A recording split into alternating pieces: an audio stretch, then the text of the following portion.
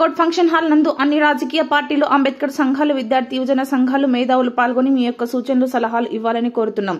లాయర్లు, senior advocate వి Raghunath, pharmacy president నాయకులు తెలంగాణ హాజరై మాట్లాడారు. హైకోర్టు అడ్వకేట్ అసోసియేషన్ గారు ఉన్నారు.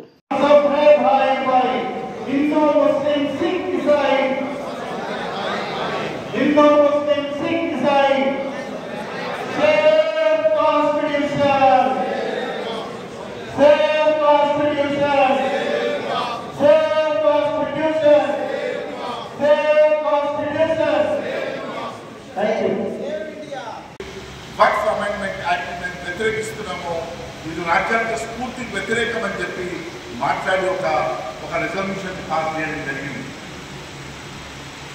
అయితే మనం ఒకటి గమనించాల్సినటువంటి విషయం, చాలా చక్కగా మాట్లాడినారు, అనేక విషయాలు మాట్లాడినారు.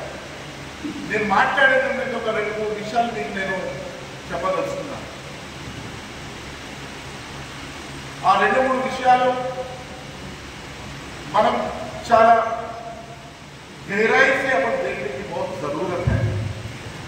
ఒక వక్ఫ్ అమెండ్మెంట్ యాక్ట్ ఒక్కటి చూస్తే మనకు అర్థం కాదు. గత ఎన్డీఏ ప్రభుత్వం పరిపాలనకు వచ్చినప్పటి నుంచి గత 10 సంవత్సరాల నుంచి మీరు పరిశీలిస్తే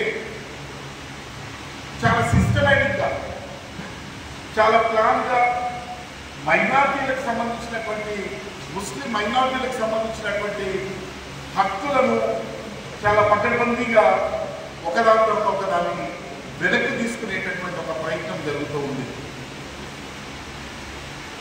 మీరు ఒక 5 పెద్ద స్కీమ్లు ముస్లిం మైనారిటీలకు సంబంధించినటువంటి విద్యాపరంగా, ఆర్థిక పరంగా వాళ్ళు చేయూతనివ్వడానికి, సపోర్ట్ ఇవ్వడానికి కోసము ఒక ప్రధానమైనటువంటి ఒక 5 స్కీమ్స్ ఉన్నాయి.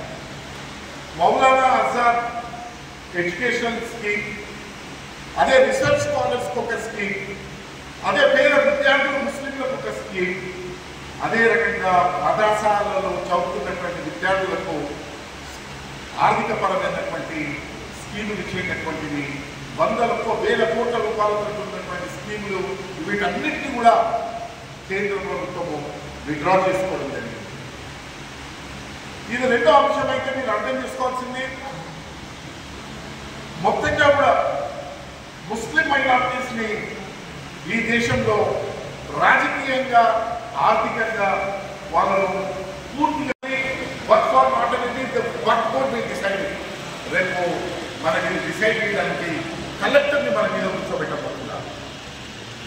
అంటే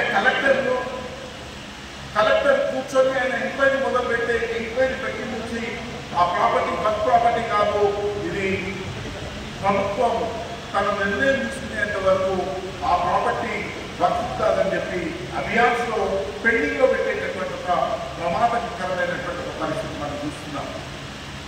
ఇలాంటివి అనేక నియమ నిబంధనలు ఇందులో ఉన్నాయి.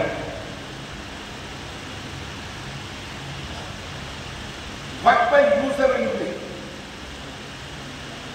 ఈ దేశంలో వక్ఫ్ ఈరోజు మతంతో సంబంధం లేదు. ముస్లిం మతేతరులు, నాన్ ముస్లిమ్స్ కూడా మన భారతదేశ చరిత్రలో చూస్తే వక్ఫ్ ఇచ్చినటువంటి వాళ్ళు అనేక మంది ఉన్నారు. బీయింగ్ హిందూ, ఒక హిందూ తనకి నా ప్రాపర్టీ, నా self acquired property, it is my property, I don't want to give it to my kids, నా పిల్లలకు నేను ఇవ్వదలుచుకోలేదు, నేను ఒక ట్రస్ట్కి, ఒక వక్ఫ్కి, ఒక మంచి కార్యక్రమం కోసమో, ఒక మంచి ఆశయం కోసమో నా ప్రాపర్టీ ఇస్తానంటే ఈరోజు non Muslim cannot give the property to the Waqf అనేటటువంటి ఒక దుర్మార్గమైనటువంటి ఒక డిస్క్రిమినేషన్ తోటి తీసుకురావడం జరిగింది.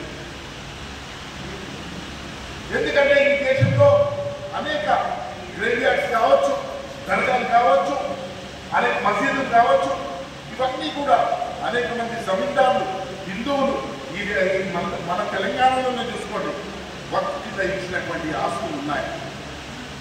సెల్ఫ్ ఎక్వైర్డ్ ప్రాపర్టీ, దీని అంటే మీకున్నటువంటి ఆలోచన ఏంటి, దీని వెనుకున్నటువంటి కుట్ర ఏంటి? నా ఆస్తి నేను సంపాదించుకున్నటువంటి ఆస్తి నేను ఒక మంచి పర్పస్ కోసం, ఒక కాజ్ కోసం ఇస్తానంటే ఈరోజు ఆ కాజ్ ఇవ్వకుండా ఆపేటటువంటిది చట్ట వ్యతిరేకమైన